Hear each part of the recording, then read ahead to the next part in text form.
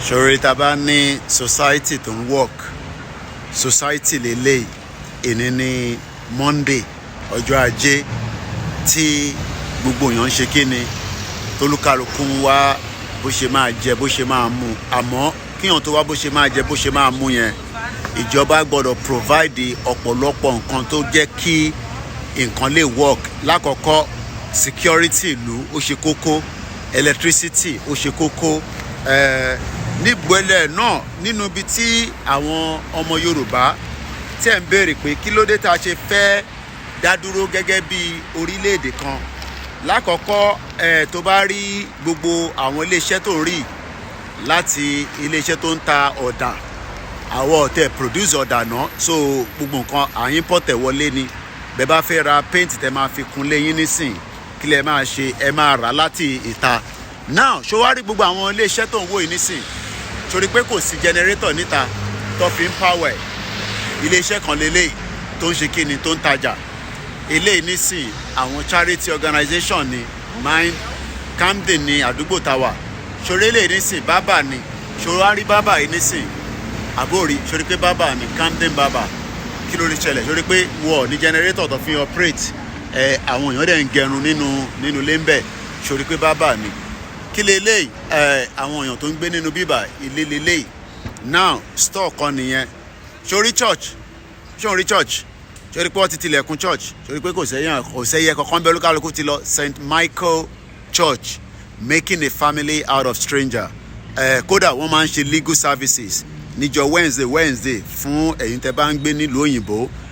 legal service wà látago 6 àbọ̀ títí di aago 8 àbọ̀ ìyẹn ní ọjọ́jọ́ Wednesday. ṣé wàá rí i pé wọ́n ti tilẹ̀kùn bẹ̀ àwọn eléyìí spa lélẹ́yìí salon náà lélẹ́yìí tí wọ́n ti ń gẹrun ṣé wàá rí gbogbo òkè ẹ̀ àwọn èèyàn ń gbé níbẹ̀ ni. ṣé wàá rí eléyìí nísìn eléyìí ò tí ì ṣí bí ó dẹ̀ ti ṣí ni kò tí ì ó dà ń pò ti ṣí tó bá fi gé kọ́kọ́rọ́ ó ti wà nulẹ̀ èèyàn ti wà ń bẹ̀ tó bá dẹ̀ fi tún bàtà ṣe ó fi gé kọ́kọ́rọ́. Ntí a ṣe wá ní a fẹ́ gba Yorùbá nation kò ju pé a fẹ́ ìgbésí ayé tó rọrùn a fẹ́ ìgbésí ayé tí ìyà ń jẹ gbogbo ọmọ Yorùbá mọ́ a fẹ́ ṣòrélè náà nísìn gbogbo ẹ̀yin sisters wa tí ẹ̀yin náà fi ṣe salon oyè yín nísìn ẹ gbọ́dọ̀ ní support látọ̀dọ̀ ìjọba ẹ gbọ́dọ̀ ní iná tẹ́ fẹ́ fi operate gbogbo àwọn èèyàn sísí àwọn màmá sórí wọ́n máa ṣe irun wá ṣe kan náà àbọ̀rọ̀mọ̀ yẹn nísìn eléyìí ò tí ì ṣí eléyìí travel license ni. Now tí wọ́n bá wá ní o fẹ́ kí a kúrò nínú Nàìjíríà yìí tó yẹ kó wá béèrè lọ́wọ́ rẹ̀ ni pé nígbà tó wá police station kan òun ló wà ní further down tí wọ́n bá wá ní o fẹ́ gbogbo eléyìí ìbéèrè kan tó yẹ kó wá béèrè ni pé kí ló dé tó o fẹ́ gbogbo eléyìí kí ni nǹkan tó dé ṣe fẹ́ àbọ̀rọ̀mọ̀ yẹn nísìn àwa náà náà politician iṣẹ́ tó yẹ kó ṣe ṣùgbọ́n kan tí Rishi Sunak sọ kí ló sọ níbí ó ní my target is to win inflation àbọ̀rọ̀mọ̀ yẹn nísìn táwọn náà bá ń campaign but àwọn tọ̀dọ̀ tí yín wá máa campaign gbogbo campaign yẹn kò mú result kankan wá irọ́ ló ń bẹ níbẹ̀ láti 63 years kí ni àṣeyọrí Nàìjíríà sórí ambulance nìyẹn wọ́n lọ rescue èèyàn nìyẹn sórí ambulance òun ló lọ ní the other side yẹn tábà wá ní sórí London Zoo bọ́ọ̀sì yẹn ló máa gbé dé London Zoo ilé bọ́ọ̀sì 274 yìí Nàìjíríà tá à ń pè ní zoo ti bíbà ó níná ó lásìkò tó gbọ́dọ̀ fún àwọn tí wọ́n jẹ́ animal lóúnjẹ wọ́n gbọ́dọ̀ take care àwọn èèyàn tó wá ń sanwó wo zoo ní bíbà táwa bá wá ń sọ pé ká kúrò nínú Nàìjíríà ìdí kan pàtàkì ni pé number 1 a fẹ́ keep identity wa a dẹ̀ fẹ́ yẹ kí a rí àṣeyọrí ṣe a lè rí àṣeyọrí ṣe nínú Nàìjíríà ń ṣèlú tí ó lè jẹ́ kí èèyàn rí àṣeyọrí ṣe ìdí tí gbogbo èèyàn ṣe ń sá káàkiri ní gbogbo African country láti lọ wá another opportunity sórí bọ́ọ̀sì náà sórí pọ́kọ London Zoo sí lókè sórí pé London Zoo ni òun lọ́kọ̀ sí lókè yẹn orí pé driver yẹn ó juwọ́ sí mi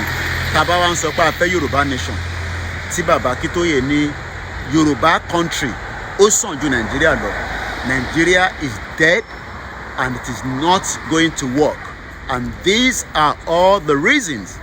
in the world that the Yoruba people are saying enough is enough. That is a church that church is closed, and that means that those that brought the religion knows that you have to go to work so that you can be able to survive. But to survive means that the government must provide certain things so that you will be able to go to work, and then you will be paid, you'll be taken care of. And those that cannot work, it is the responsibility of the government to put measures in place and protect and save them. And this is what is not happening in Nigeria, and it's not likely to happen anytime soon. My name is YòRÀBÁ, a campaigner for the right to self-determination, and as we continue to use whatever means to enlighten and educate many of you, the question is, are you ready to free yourself from the bondage of Nigeria? If you're ready to free yourself, it is time that you support the dissolution of Nigeria. Koiki Media, bringing the war closer to your doorsteps.